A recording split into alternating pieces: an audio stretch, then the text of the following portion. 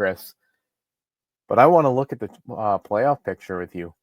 The current playoff picture is very, very interesting. And that starts for me with the Florida Panthers, Ottawa Senators over in the East. That would just be an absolute bloodbath.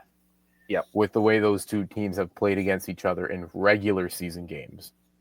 Then you look at matchups like the Red Wings and the Capitals, Oilers, Avalanche, Jets and Canucks, Maple Leafs and Lightning, who have had some really good playoff series against each other.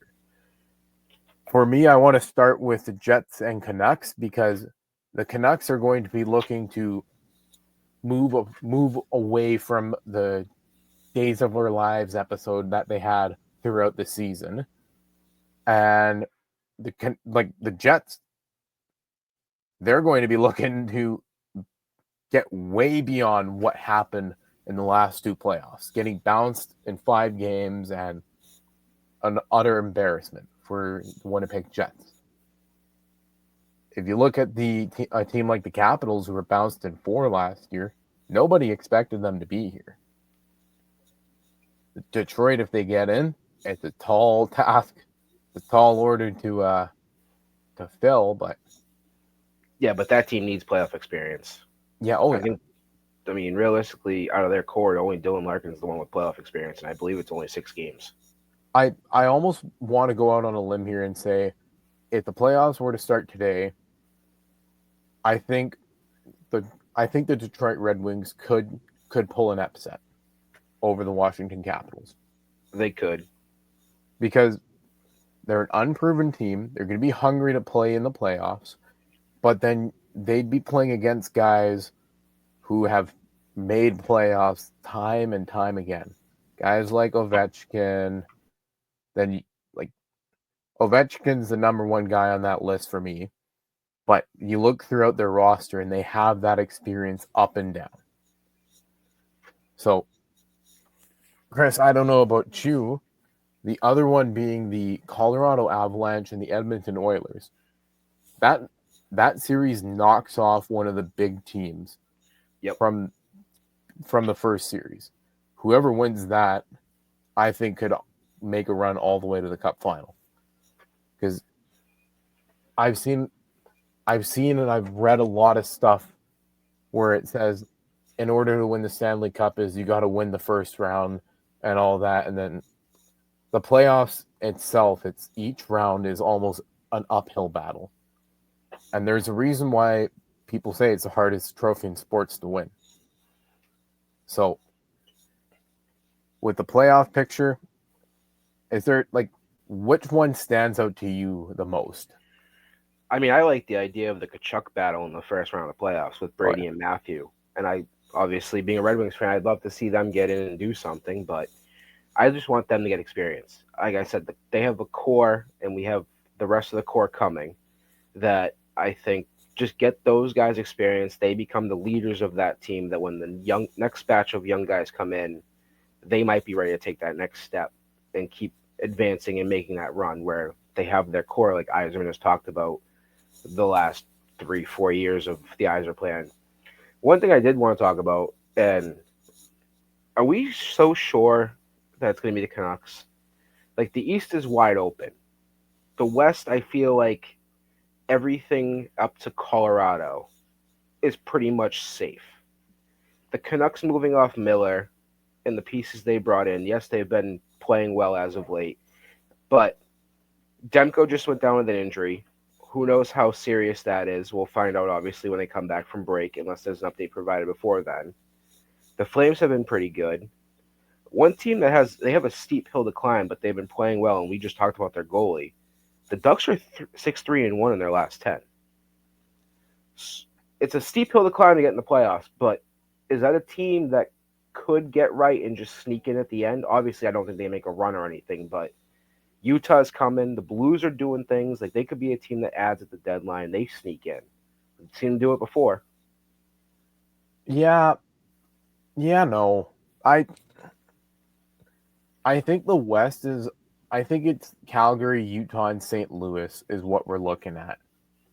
with the way that Anaheim has played, yeah, they're 6-3-1 in their last 10. On a 3-game win streak, they could honestly maybe string something together, and maybe I look like the bumbling fool here. But to me, it doesn't look like they are built to make that run. No, not yet. They have guys who are playoff guys. Like, I'm sorry, if the Anaheim Ducks get in, having Jacob Trouba and Radko Gudas on that blue line is already more than enough when it comes to playoffs toughness. And Dumoulin. You look around up front. That's another name. Say that again? It was in Dumoulin. Like, they just have a good blue line. And like you say, they have a good blue line, but they're very thin up front. Troy Terry and what's his name? Getting Zegras back. And like, they have guys who could be their big name players. Vetrano's having a good season. Strome. Yeah. McTavish, unless I messed up his name, but Killorn's been good. And obviously Cutter's been pretty good there too. Like, they're quietly sneaking through, and obviously I was trying to pull up their last 3 wins. One of them I know was Dallas.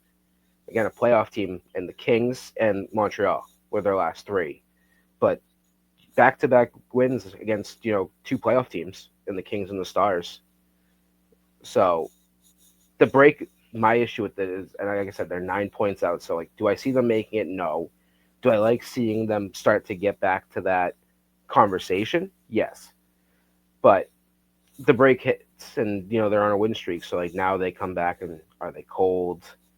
Is a move, like, is Gibson a name that gets moved over the break, and all of a sudden that's all over with.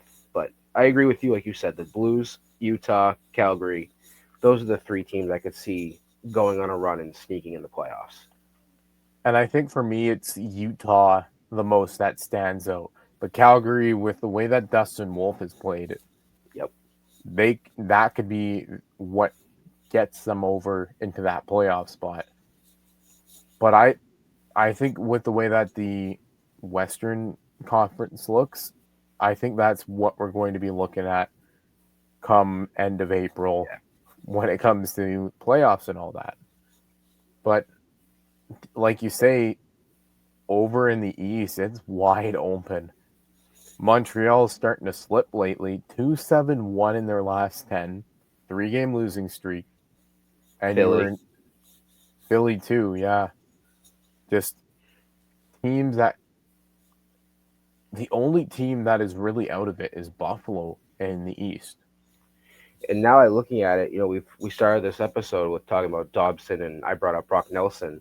Looking at the Islanders in the last 10, maybe that's why they've had the conversations now to pull back on trading guys. And I mean, they're 7-3-0 in their last 10, and they're all of a sudden 4 points back of that final playoff spot. It's another team to worry about. Yeah, like with the way, like 7-3-0 in your last 10 is, maybe that's why they're pulling back on trade talk. But then again, look at how volatile they have been all season. Mm-hmm. I don't look at the New York Islanders and say, if they make the playoffs, it's because they fought tooth and nail to be there. Yep. With all due respect to them as an organization, it's just a game of did we just fall flat on our ass here and just end up in this spot? Because they look good a lot. Like, they'll go on a good stretch of games where they look like a playoff threat. And then they go on a stretch where they look like they should be in the basement of the NHL. Mm-hmm. There's no middle ground. The last 2 games, they lost back-to-back games right before the break, and then they come back with Dallas, the Rangers, and the Bruins. And that could be make or break for them. Mm-hmm. Is like, we're approaching the late 50 mark of the season. You got teams like Winnipeg, 8-game win streak. Washington, yeah, they just lost to Utah in a shootout.